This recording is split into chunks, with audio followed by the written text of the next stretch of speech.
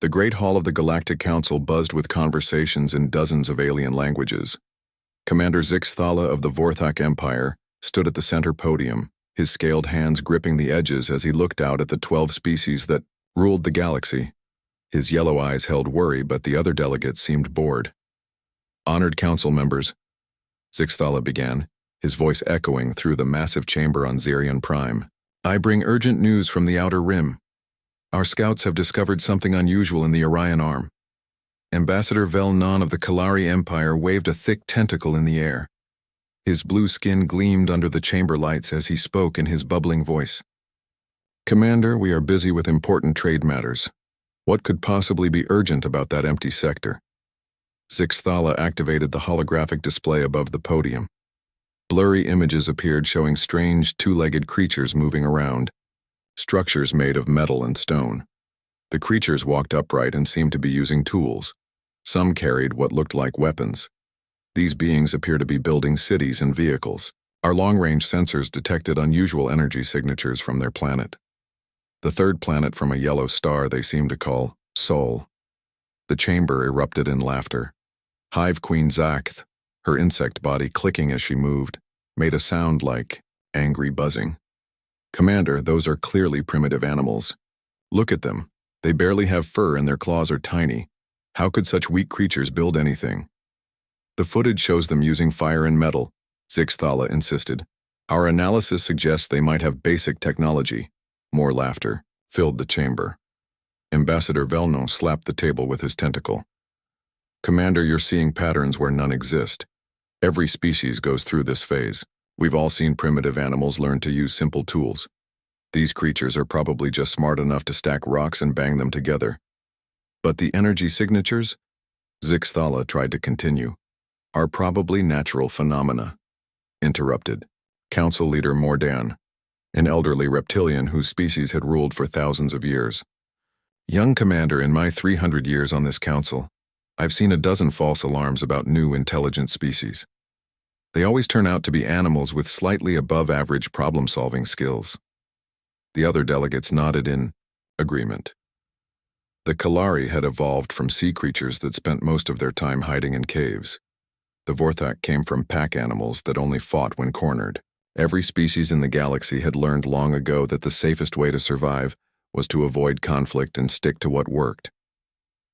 Meanwhile, on the third planet from the yellow star, Lieutenant Colonel Jake Morrison walked across a military base hidden deep in the Nevada desert. The morning sun was just rising, casting long shadows across the training ground where soldiers practiced with weapons that would have amazed the Galactic Council. "How are the new plasma rifles working, Captain Harper?" Jake asked as he approached, a woman in military uniform who was checking equipment. Captain Lisa Harper looked up from the strange-looking weapon in her hands. It hummed with barely contained energy and glowed with a soft blue light. "Better than expected, sir. We reverse-engineered the power source from that crashed probe we found 5 years ago. These things can cut through 6 inches of steel like butter." Jake nodded. The crashed alien probe had been a gift from the universe. Earth scientists had learned more about advanced technology in 5 years than they had in the previous 50. But more importantly, they had learned they weren't alone in the universe. "Any word from Dr. Watson?" Jake asked. "She's still in the underground lab, sir. Says she's made another breakthrough about alien biology." Jake made his way to the hidden elevator that took him 300 feet underground. The facility was built to survive anything, including orbital bombardment.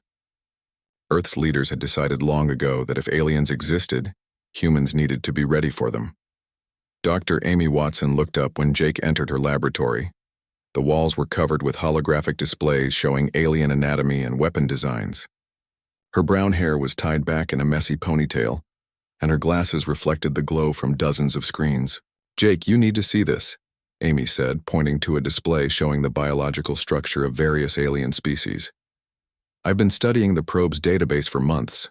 Every single alien species in their records evolved from prey animals." "What does that mean exactly?" Jake asked, studying the complex diagrams. "It means they all come from creatures that survived by hiding, running away, or being very careful. Look at this." Amy pointed to different alien anatomy charts. The Kalari have eyes on the sides of their heads like fish that watch for predators. The Vorthak have pack instincts, but only for defense. Even their strongest warriors fight like they're trying not to get hurt. Jake frowned. And humans? We're different, Jake. We evolved from hunters. Our eyes face forward to track prey. Our brains are wired to solve problems aggressively. When other animals see danger, they run or hide. When humans see danger, we figure out how to kill it. Amy pulled up another display showing human military history. Look at our wars, our tactics, our entire approach to conflict. We don't just fight to survive, we fight to win. We take territory, adapt our strategies, and we never stop until the enemy surrenders or dies. So you're saying we're the only predator species in the galaxy? As far as I can tell, yes, and Jake, that means they have no idea what's coming. Back on Xerion Prime, the Galactic Council was reaching its decision. Ambassador Velnon stood to address the chamber. Fellow council members, I move that we officially declare the Sol system devoid of intelligent life. The system contains valuable water and rare metals that our corporations need. Seconded, called Hive Queen Zaxth. Those primitive creatures can be relocated to preserve them, but the planet should be marked for resource extraction. Commander Zixthala made one last attempt. Honored delegates, I strongly urge caution. There's something different about these creatures. Our probe that crashed there was on a peaceful survey mission. It shouldn't have crashed at all. Equipment fails, Commander, said Council Leader Morden dismissively.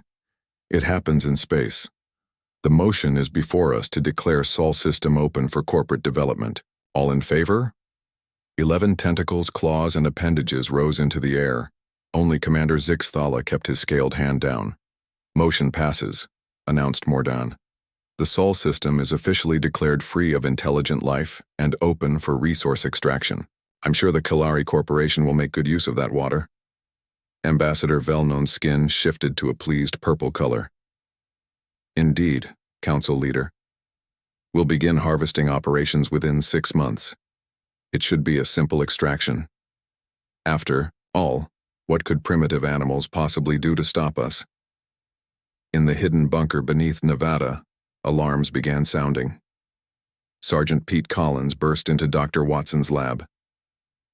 Dr. Watson, Colonel Morrison, you need to see this. Our deep space sensors just picked up massive energy signatures heading toward Earth. Looks like company's coming. Jake and Amy exchanged glances.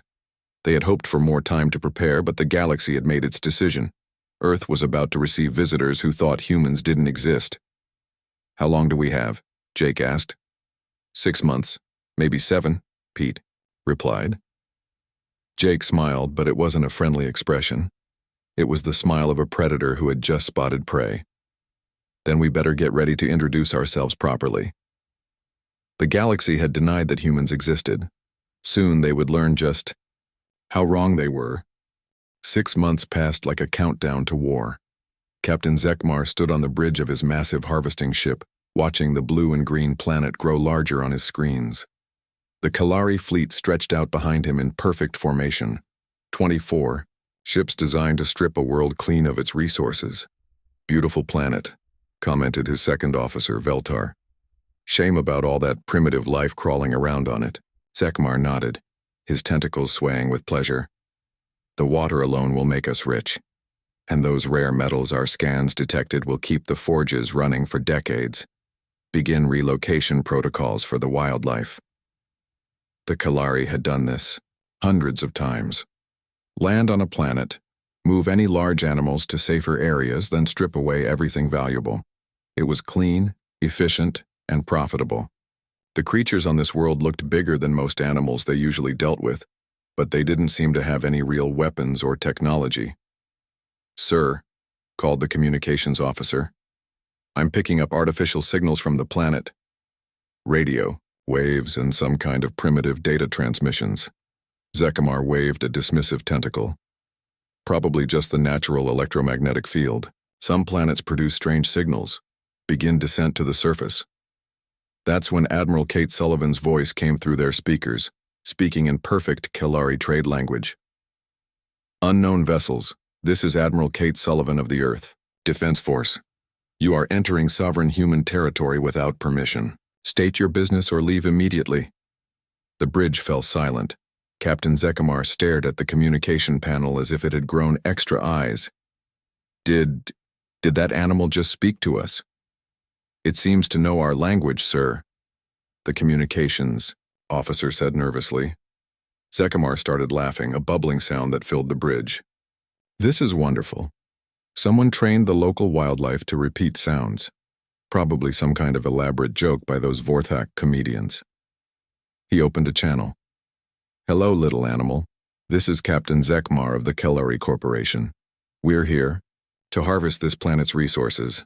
Don't worry, we'll move you somewhere safe first. On the bridge of the USS Liberty, Admiral Sullivan turned to her tactical officer. Commander Lynch, did he just call us animals? Commander Sarah Lynch checked. Her instruments. Yes, ma'am. Their ships are moving into harvesting formation. No sign they're taking us seriously. Their mistake. Admiral Sullivan opened the channel again. Captain Zekimar, this is your final warning.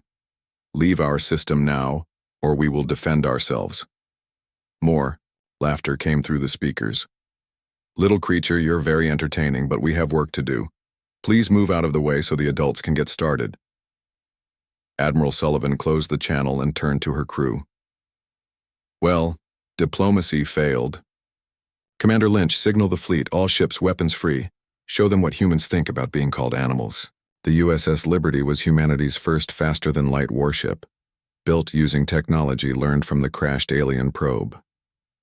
But Admiral Sullivan hadn't come alone. 12 human ships appeared from behind Earth's moon, their hulls black with adaptive armor that made them nearly invisible against space. Captain Zekimar stopped laughing when his sensors detected the human ships. Where did those come from? I thought this species was primitive. Sir, those ships are using technology I don't recognize, his tactical officer reported, and they're moving into attack formation. Attack formation? Zekimar was confused. Why would prey animals attack? Don't they understand we're superior in numbers and technology? That's when Captain Lisa Harper's fighter squadron came screaming out of Earth's atmosphere. 20 small ships, each one moving in patterns no Kellari pilot had ever seen. Instead of the careful defensive flying typical of galactic warfare, the human fighters flew like they were hunting. Incoming fighters, called the tactical officer. Sir, they're not following any known combat doctrine. They're flying, straight at us. Impossible, Zekimar said. No species attacks without testing defenses first. It's suicide. Captain Harper's voice came through the communications. All fighters, remember your training. These aliens fight like prey animals. They'll try to form defensive circles and wait for us to make mistakes. Don't give them time to think. The human fighters hit the Kellari formation like bullets through paper, instead of engaging in the long-range dueling that most galactic species preferred. They closed to point-blank range and opened fire with weapons that shouldn't exist. How are they cutting through our shields? Zekimar demanded as his ship shook under human weapons fire. Sir, their plasma weapons are operating at frequencies we've never seen. It's like they built them specifically to fight us. Down in the USS Liberty's engineering section, Dr. Amy Watson monitored the battle through her computers. Her biological studies of alien physiology had paid off. Human weapons were designed to exploit alien weaknesses, faster reflexes, better aim, and, most importantly, tactics that no prey-evolved species could predict. Admiral, Dr. Watson called through the communication system. Their ships are designed for long-range defensive combat. Get in close and they won't know how to respond. Admiral Sullivan smiled. You heard the doctor. All ships, close-range engagement. Make this personal. Sergeant Major Tony Rodriguez was already suited up in his powered armor when the Liberty's boarding pods launched. His team of 12 Marines had trained for this moment for months, studying alien ship designs and fighting methods. Remember, Tony told his team as their pod clamped onto the Kellari flagship, these aliens have never fought anyone like us. They'll expect us to be careful and defensive. Instead, we're going straight for their command center. The Marines cut through the alien hull like it was made of paper. Inside, confused Kellari crew members tried to organize a defense, but they had no idea how to fight enemies who advanced. Instead of retreating, They're coming straight at us, one Kalari security officer called out. Don't they care about their own safety? Why aren't they taking cover? Another alien shouted, as the humans moved through the corridors in perfect formation, their plasma rifles cutting down anything in their path. Tony and his team reached the bridge in less than 10 minutes. Captain Zekimar stood frozen as humans in black armor surrounded him, their weapons pointed at his chest. Surrender your ship, Tony said simply. Zekimar looked around at his bridge crew, all of whom were hiding behind their stations. In galactic warfare, battles were won through superior technology and defensive positioning. But these humans had ignored every rule of civilized combat. I surrender, Zekimar said, his voice barely a whisper. Outside, the battle was over almost before it began. The Kalari ships were designed to fight other defensive-minded species. Against humans who attacked aggressively and never backed down, they were helpless. Half the alien fleet was destroyed, and the other half had surrendered. Admiral Sullivan stood on her bridge, looking out at the captured alien ships. Communications. Open a channel to the Galactic Council. When the channel opened, Admiral Sullivan spoke clearly. This is Admiral Kate Sullivan of the human species. Your Kalari Corporation just attempted to invade our home. We have destroyed or captured their entire fleet. The survivors will be returned to you with a message. She paused, letting her words sink in. Humanity exists. We are not animals. We are not primitive. And we will defend ourselves against anyone who threatens us. Consider this your introduction to Earth. Captain Zekimar, now a prisoner aboard the Liberty, managed to send one last transmission to the Galactic Council before Admiral Sullivan cut the signal. His voice shook as he spoke.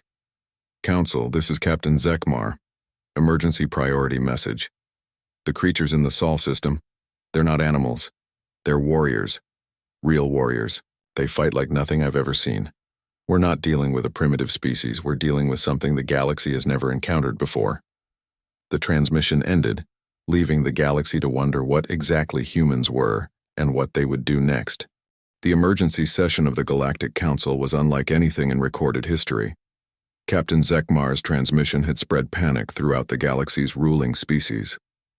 Ambassador Velnon paced the council chamber, his blue skin shifting to darker shades of worry. This has to be some kind of trick, Velnon insisted, his tentacles waving frantically. No species could destroy an entire Kalari fleet that easily. Perhaps the humans have allies we don't know about. Hive Queen Zakth clicked her mandibles nervously. The battle recordings don't lie, Ambassador. These creatures fight in ways we've never seen. They attack instead of defending. They take risks that should get them killed. Commander Zixthala stood quietly in the corner, remembering his warnings from months ago. Now the other council members looked at him with new respect, but also fear. What do we know about their military capabilities? Asked Council Leader Mordan, his old reptilian hands shaking slightly. Very little, admitted Intelligence Chief Kothran. They appeared to have only 13 ships, but they fought like they had 100.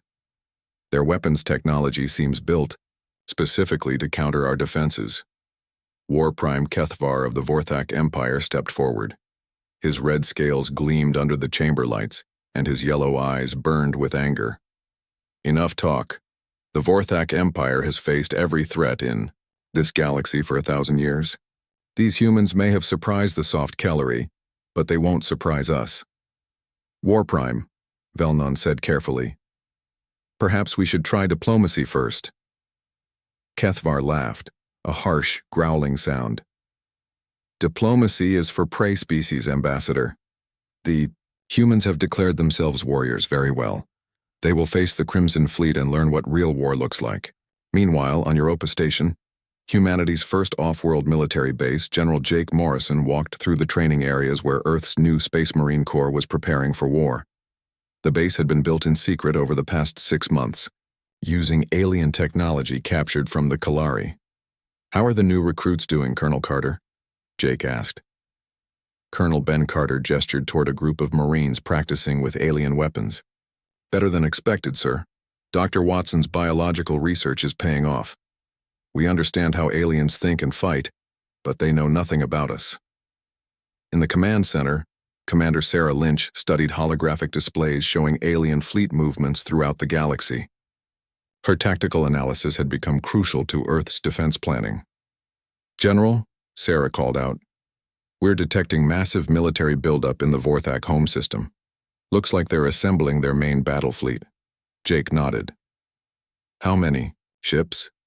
"Intelligence estimates over 300 vessels, sir, including their flagship, the Destroyer of Worlds." Dr. Amy Watson looked up from her research station.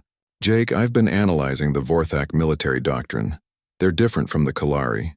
More aggressive, but still limited by their prey animal instincts." "Explain." "The Vorthak evolved from pack hunters, but even pack hunters in their homeworld were defensive. They fight hard when cornered, but they still think in terms of territory defense rather than conquest. They'll try to overwhelm us with numbers and superior firepower." Jake studied the tactical displays. "What do you recommend?" "Hit them before they're ready. Use the same tactics that worked against the Kalari, but bigger. Don't let them set up their defensive positions." 2 weeks later, the Vorthak Crimson Fleet under Admiral Yixtal reached the edge of human space. The Admiral stood on the bridge of his massive flagship, confident in his fleet's superiority. 300 of the galaxy's most advanced warships stretched out in perfect battle formation. "Admiral," reported his tactical officer, "we're detecting 13 human ships approaching our position. The same number that defeated the Kalari." Admiral Yixtal smiled, showing rows of sharp teeth. "Excellent. They're as arrogant as they are stupid. Signal the fleet. We'll show these humans what happens when they challenge the Vorthak Empire." Captain Mike Johnson's voice came through the communication channel. "Vorthak Fleet, this is Captain Johnson of the Earth Defense Force. You are trespassing in human space. Turn around now or face the consequences." "Human," Admiral Yixtal replied. "You are outnumbered 20-1. Surrender now and we might let some of your species survive as slaves." "Thanks, but we'll pass," Captain Johnson said. "All human ships execute Operation Thunderstrike." What happened next shocked every alien in the Vorthak fleet. Instead of forming defensive positions like any sane species would do when outnumbered, the human ships split up and attacked from 12 different directions at once. "Impossible," Admiral Yixtal muttered. "They're dividing their forces. They should be concentrating their firepower." Lieutenant Colonel Rachel Boyd's Marines didn't wait for the space battle to end. Her assault ships had launched the moment the fighting started, targeting Vorthak vessels that were focused on the space combat. "Remember your training," Rachel told her boarding teams. "These aliens expect us to fight for defensive positions. Instead, we're going to turn their own ships against them." The first Vorthak vessel Rachel's team boarded was a heavy cruiser. The alien crew tried to fight back, but they had never faced enemies who moved through their ship like they owned it. Human Marines flowed through the corridors like water, always moving, always attacking. In the ship's engineering section, Sergeant Chris Miller and his demolition team went to work. Instead of just disabling the ship, they rigged it to explode in a very specific way. "Charge is set," Chris reported to Rachel. "When this thing blows, it'll take out 3 more ships in the formation." The space battle raged for 6 hours. Captain Mike Johnson's ship danced between enemy vessels, always moving, never staying in one place long enough for the aliens to target properly. The human ships used the asteroid field around Proxima Station as cover, turning space rocks into weapons. "How are they doing this?" Admiral Yixtal demanded as another of his ships exploded. "They should have been destroyed in the first hour." "Sir," his tactical officer said nervously, "they're not fighting like any species we know. They use our own ships against us. They turn asteroid fields into weapons. It's like they think of the entire battlefield as a tool." The turning point came when War Prime Kethvar himself demanded to face the human commander in single combat. It was an ancient Vorthak tradition, meant to end battles without more bloodshed. General Morrison accepted the challenge. The two leaders met on a neutral asteroid, watched by both fleets. Kethvar was 7 feet tall, covered in red scales, and armed with the finest Vorthak weapons. He had never lost a duel in 300 battles. The fight lasted 47 seconds. Morrison didn't just defeat the Vorthak warrior, he explained human combat doctrine while doing it, treating the alien leader like a student instead of an enemy. You fight to avoid losing, Morrison said as he disarmed Kethvar with casual ease. Humans fight to win. That's the difference between prey and predator. When the duel ended, the remaining Vorthak fleet found themselves surrounded by human ships. But instead of demanding surrender, Morrison did something that shocked the galaxy. Admiral Yixtal, Morrison said over the communication channel, take your surviving ships and go home. Tell the Galactic Council that humanity is willing to talk, but from now on, we talk as equals. The Vorthak fleet limped home, their pride shattered. Admiral Yixtal's final transmission to the Council was simple. The humans didn't just defeat us, they chose not to destroy us. We are dealing with a species that fights like predators, but thinks like something else entirely. News of the Battle of Proxima Station spread across the galaxy in days. Species that had been conquered and enslaved for centuries suddenly realized that their masters weren't invincible. On dozens of worlds, rebellions began. The galaxy was waking up, and humanity had lit the fire. The greatest fleet in galactic history assembled at the neutral zone between the three major empires. For the first time in 1,000 years, the Kalari Empire, Vorthak Hegemony, and Zephyrian Coalition had put aside their differences to face a common threat. 10,000 ships from dozens of species filled space for millions of miles. Admiral Mortex of the Zephyrian Coalition stood on the bridge of his command ship, looking at the massive display showing their combined forces. Never before have so many ships fought together, he said to his fellow commanders. It should be enough, agreed Admiral Yixtal, though his confidence had been shaken since his defeat at Proxima Station. No force in galactic history could stand against this fleet. Ambassador Velnon floated nearby, his tentacles twitching nervously. The humans have only shown us small fleets. Surely they cannot have more than a few dozen ships total. But intelligence reports suggested otherwise. Human ships had been spotted throughout the galaxy, not fighting but talking. They were meeting with oppressed species, sharing technology and teaching military tactics. Rebellions were breaking out everywhere. Sir, called the communications officer, we're receiving a transmission from the human fleet. President Andrew. Clark appeared on their screens, flanked by General Morrison and Dr. Watson.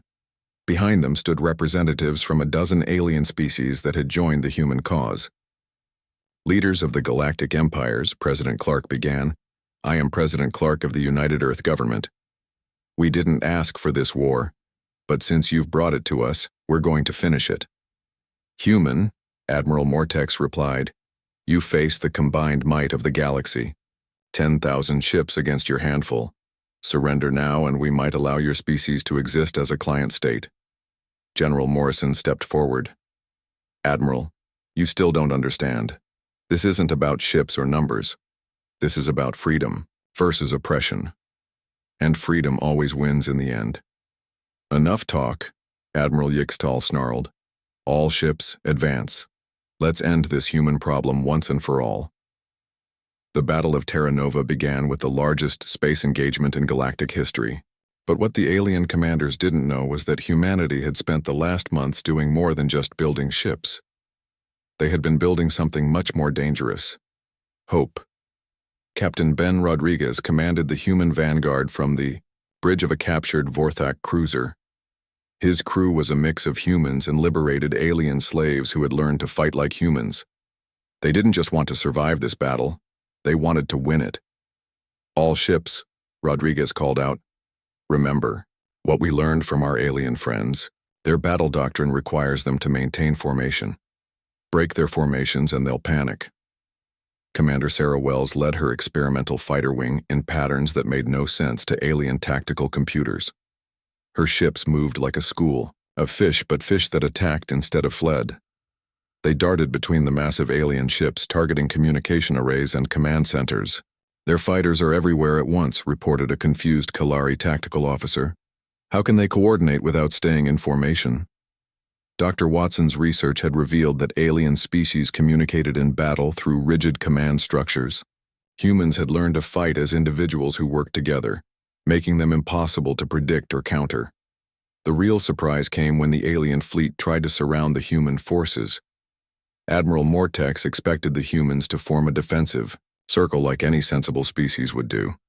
Instead, the human fleet scattered into 100 small groups, each one attacking different targets. "This is impossible," Mortex muttered as his formation began to fall apart.